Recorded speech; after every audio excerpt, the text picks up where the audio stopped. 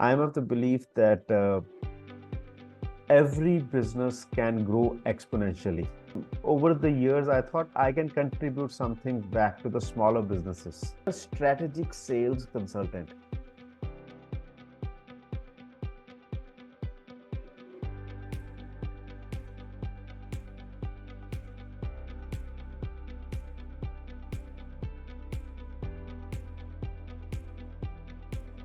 So hello and welcome Atul, a very warm welcome. We are speaking to Mr. Atul Puri and he is a trailblazer. He's gone where nobody would dare to go, very daring person. I met him many years ago. He has built over the last, I think, 7-8 years, one of the largest networking platform for MSMEs in the country. And what a journey it must have been, Atul. I have been party to it since we keep talking from time to time. So I invite you to share your journey and I invite you to tell us what were the challenges you faced, what are the setbacks you faced, what are the learnings that you had, so that people who want to be like you, they will learn something from your learnings. So over to you, Atul.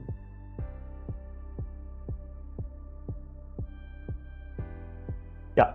So thank you, Sukhdeepak, for having me here. And it's indeed a privilege to share my journey. So let me start with why did I get into it? So I come from a business family. Past couple of generations, we've been into business. And I realized that there have been a lot of ups and downs. So this is something which I realized, and I personally have been a corporate lad for around 20 odd years. And over the years, I thought I can contribute something back to the smaller businesses. So this was my inspiration for getting into it. And after doing a 9-to-5 kind of a job, in the evenings, I would go and sit with entrepreneurs, asking them what are they going through. And then preparing my mental notes, how can I be a part of their solution rather than being a part of their problem? So this was the beginning of EGrowth, or the business network that you're talking about. I am of the belief that every business can grow exponentially, provided it has the design, the structures, and the systems in place. And this is what we've been cultivating. It's been an interesting journey, yes. So back then when I started off, it was really exciting. Every day was very more enterprising than the previous one. So I'll interrupt you here. Yeah. There was a point of time that you picked up your car and you drove to so many towns, I remember. Can you tell us something about that? That was something extraordinary. Yeah. So this journey or this idea got conceived in 2014. I built it over 2015 and 16. And finally in 2017, January, I gave up my full-time job. And between the year 2017 and 19, so almost for 2 years, every other week I used to be on the road. So I clocked around 80,000 kilometers, most of it solo. The northernmost point was Batala, which is in Punjab, which happens to be my birthplace as well. Southernmost point was Kolhapur, Sangli, Satara. East, I went right up to Gorakhpur and to Kolkata. West, I went right up to Jamshedpur and not Jamshedpur, Jamnagar and Dwarka. So I crisscrossed. My intention of these travels was to really get to know what it is to do business, what a business owner goes through on the field. So I did not really want to be. Sorry? Your own Bharat Jodo Yatra, I say. I don't know whether it was a Bharat Jodo Yatra or not. It was more of to deepening the relationship with the entrepreneur And I did not really want to be sitting in all these years. I had been sitting in air-conditioned office, being paid at the end of the month, and I did not want to come out with a report picked up from Google and saying that this is how business happens. And that was really, really, really interesting. So while sitting in the corporate world, we think that business happens. In early days, it used to be only 4 cities: Delhi, Bombay, Calcutta, and Chennai, or Madras in those days. And then it grew to around 10 cities. And then there came a time when everybody in the United States was fearful of getting Bangalored, right? But when we go up country, we see that there is so much resilience and so much business happening there. I remember I walked into the APMC at Sangli.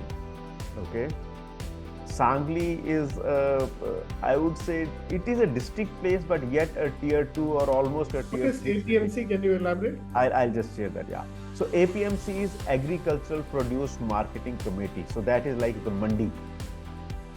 Okay, Sangli Mandi or Sangli APMC 2018 had a turnover of around 2,200 crores. Oh, With primarily 2 crops. One was turmeric, which is haldi, and the other one is grapes. They call it draksh. Just 2 Draksh. crops. Yeah, just 2 crops, and this place in the middle of nowhere does around 2,200 crores. And you see the people there with a white topi and a kurta and a pajama and leather ka normal Kolhapuri chappal.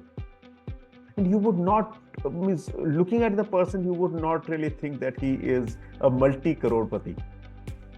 But that is what it is. The humility, the humbleness, the relationships, the sweetness with which people speak and live their life, that's amazing.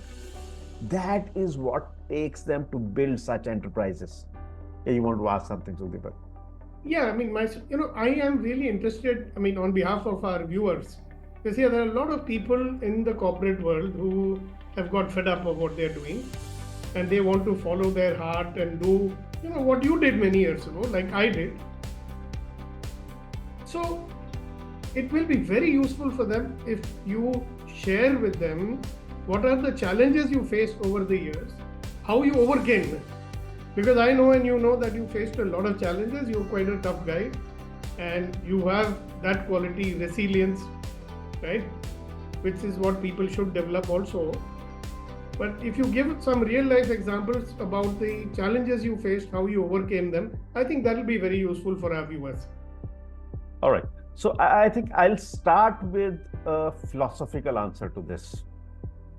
Okay. So we are driven by 3 brains. Okay. One is the brain up here between our ears. This is what we generally refer to as brain. The other brain is our heart. And the third brain is which nobody knows, and that is what the gut is. Okay. So past couple of days I've been kind of studying or observing this. Our brain is actually like the brake of a car. It always looks at things and tells us why not to do it. Whereas when we talk to our heart on the contrary says why I should do it. Heart is something which swells the moment we think of doing something. Brain on the other side contracts. Brain gets petrified the moment I think about getting into an unknown territory. So my 2 annas here would be, in such scenarios when you are going into an uncharted territory, listen to your heart. Okay? Now coming to your question was challenges, right? Yeah, So and how you challenges are, overcame this. yeah, so challenges are always there. So whenever you are faced with a challenge, listen to your heart. Your heart will never ever betray you. True. But can you give us some examples of the challenges you had and how you overcame them? Yeah, so when we are talking about this, I remember I came home one day and I told my mom, I am planning to give up my job and I want to do e-growth for next, give me 2 years. Okay. And she, being the courageous lady that she was, she said, okay. And she backed me on that. At that point in time, I did not even think how a business would run. And Sukhdeepak, I remember when we had the first roadshow in Bombay, we called it the Road Ahead. I had planned the roadshow. We were there. We were around 150 people in the hall. And I really did not know how the business would make money. Somebody asked me what is the subscription cost, and I did not have an answer. I came back and started working on what product would we be selling, what services would we be selling. So this is the challenge. We start in a certain direction, we really don't know, we don't think through. And when we don't think through, we really don't know how is it going to span out? How is it going to roll out? So I think the first challenge is we think from the present. We start thinking from the future, and that is when we start getting those answers. The moment we start thinking from 5 years from now, where would I be? Then I look at what is the kind of team I would need. What's the scale of business that I want to conduct? What is the kind of structure that I would have? And when I put all those together, then I start. See, this is where the mind is an awesome partner. Your mind gets so. Our job is to get the mind to work rather than the mind working on us. Okay? The moment we put these things in place, the mind starts thinking, who are the people I can reach out to? What are the resources that I have? How can I put them to work? And then the machine starts working. Sukhdeepak, did I answer your question? Partially. Okay, so what is remaining? Practical difficulties, challenges, roadblocks that you face, because see, everybody faces them. So practically, initially I based it as a subscription model. Okay, and I consciously kept the subscription very low because I was connecting with small businesses. Small businesses have the same challenges with the large businesses have, but they don't have deep pockets. Since they don't have deep pockets, the same challenges have different solutions. You've got to be more frugal. You've got to be more sensitive. So I kept the subscription very low. I remember when I started off, I started with a subscription of 3,000 and I was offering it at 1,000. I thought at 1,000, truckloads of people would come in, but that did not happen.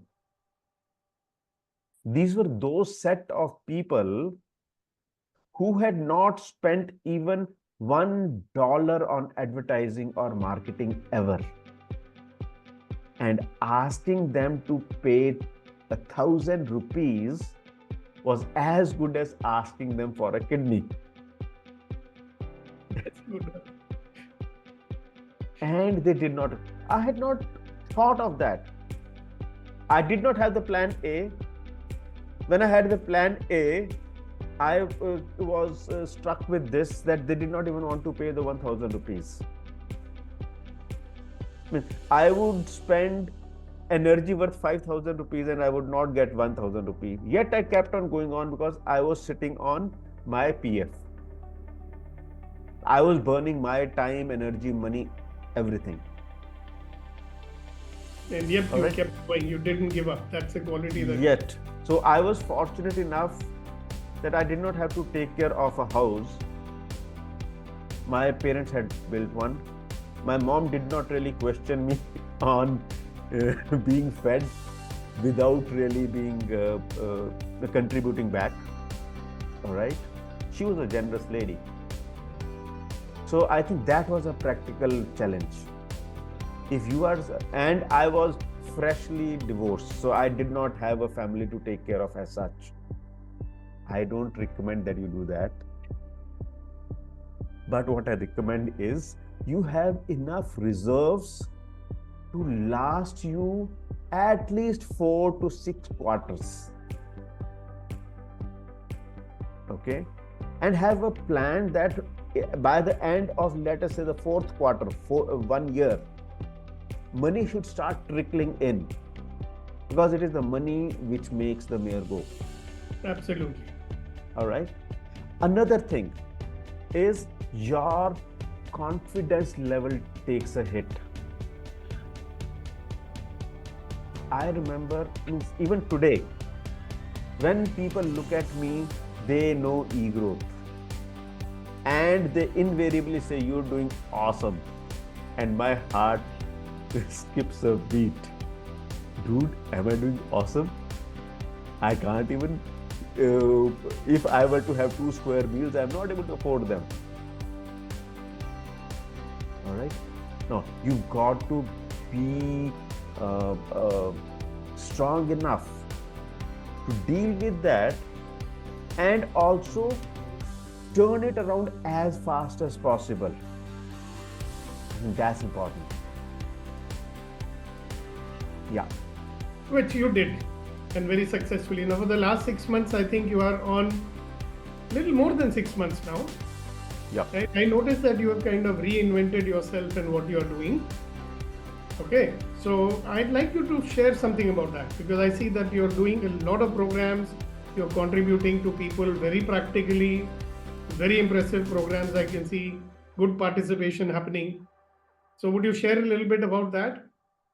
Definitely. So I would like to give the reference of a book called Who Moved My Cheese by Dr. Spencer Johnson. By Dr. Spencer Johnson.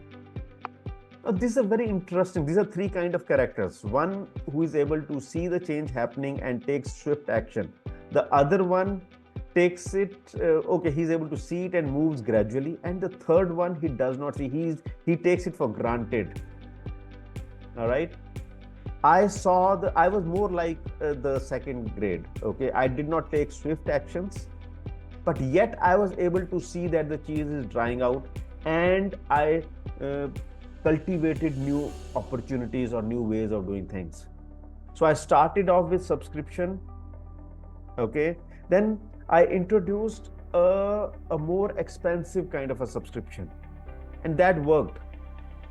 And then 2019, that was like after 5 years being into it, I realized that while I'm talking about growth, the businesses which I'm talking to, they are not seeking growth. ना वो grow कर रहे हैं, ना मैं grow कर रहा हूँ.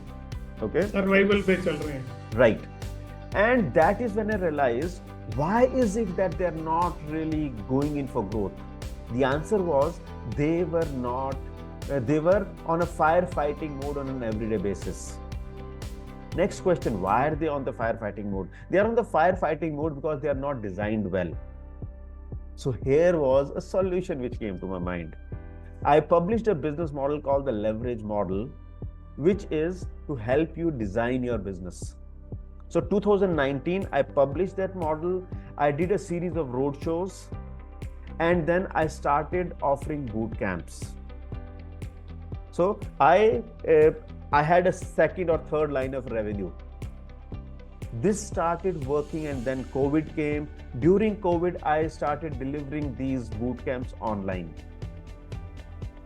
And then post-COVID, I kind of, my heart sank and I went back into a job. And by the time I came back, so in this job, I was leading a team of around 65 people, and I was working in a very fast-paced growth organization. That was a learning for me. How to operate a fast-growing organization and a team which is distributed, serving clients which are across the globe. So that was a learning for me. I came back And then by the time I came back out of that job, the business has already changed. Post-COVID, post my job stint, EGrowth kind of sank. Okay, when I'm saying sank, I let it go. This was the time I was ready to move into the next avatar as a consultant, as a strategic sales consultant. So 2014 when I started, I wanted to serve each and every MSME, and at that point in time there were 6.4 crore MSMEs in India. So I wanted to be somebody for everybody. I wanted to be the Uncle Sam for everybody. From there, I kept on reducing or rather bringing more focus. I came down to only SMEs, dropped off the micro piece. Out of these SMEs, I came down to only B2B sales. And then B2B sales also, I became more laser sharp, only strategic sales. This is what I have done and mastered for 20 odd years. There is nobody else on this planet who can do it better than me. And that's what I'm giving right now. So right now, I give monthly sessions online to those who want to taste it, who don't want to commit. Then there is a second program called Score the Game. This is a group coaching format, which I can deliver online as well as offline. I'm already doing the second batch in this. And this would probably be the 10th batch since 2019. Okay. SCORE is an acronym. S stands for sales. C is conversion. O is offer. R is relationships. And E is execution. You execute well, you've got great relationships. You've got great relationships, you can give an offer to them. If you give a great offer, you convert well. And if you are great at conversion, you do great sales. So score the game. This is what I'm delivering. This is over a period of 3 months. It has 20 modules. Okay, so let's talk about what are your plans for the future for you and your business. Yeah, so now I can see, okay, I can't show you my vision board, which is there on the home screen of the laptop. So that has 4 elements to it. Okay, my home, which is a pretty spacious white colored place. Okay, the car, so that's a white Mercedes off-roader. Okay, my office, it has some great wooden furniture and I'm overlooking a bay. I'm sitting here in Gurgaon. I still have to figure it out. How am I looking over the bay? But nonetheless, that is how it is. Mumbai, no? Yeah. And then the most important piece is my people. So whenever I close my eyes, I look at addressing 5,000 people in Gaubon Stadium. Wow. And why so? I still have to figure that out. So there is this book called Dying Empty. Yeah. I still have to read that book, but the title itself is so enticing. I really want to give back whatsoever I have. सब कुछ खाली करके जाओ, basically. Absolutely. So whatsoever I've earned, learned, give it back so that it can be consumed by rest of the people. There's a friend of mine in Mumbai. Okay. He says, मैं एक फरसान का डब्बा हूं. तुम जब भी मेरे पास आओ, ढक्कन खोलो, फरसान खाओ, बाद में ढक्कन लगा के चले जाना. So this is who I am. This is the future that I create. Anybody can come and utilize me. This is what I aspire to do. That's all what I have to say. Beautiful. Thank you, Atul. Thank you so much for giving your time to us. And I wish you all the best, and keep on contributing. You are a contributor, born contributor. I keep on blaming you that you don't take care of yourself, you only take care of others. But keep doing it, right? Keep contributing. I believe that you're one of the good and the best marketing people I've ever met. So keep giving that away to people, and all the very best to you. Bye bye. Thank you very Thanks, much for Sukhdepak. joining us today. It's always an honor. Thanks for watching my back. That's what I can say. All right. Yeah, hold on.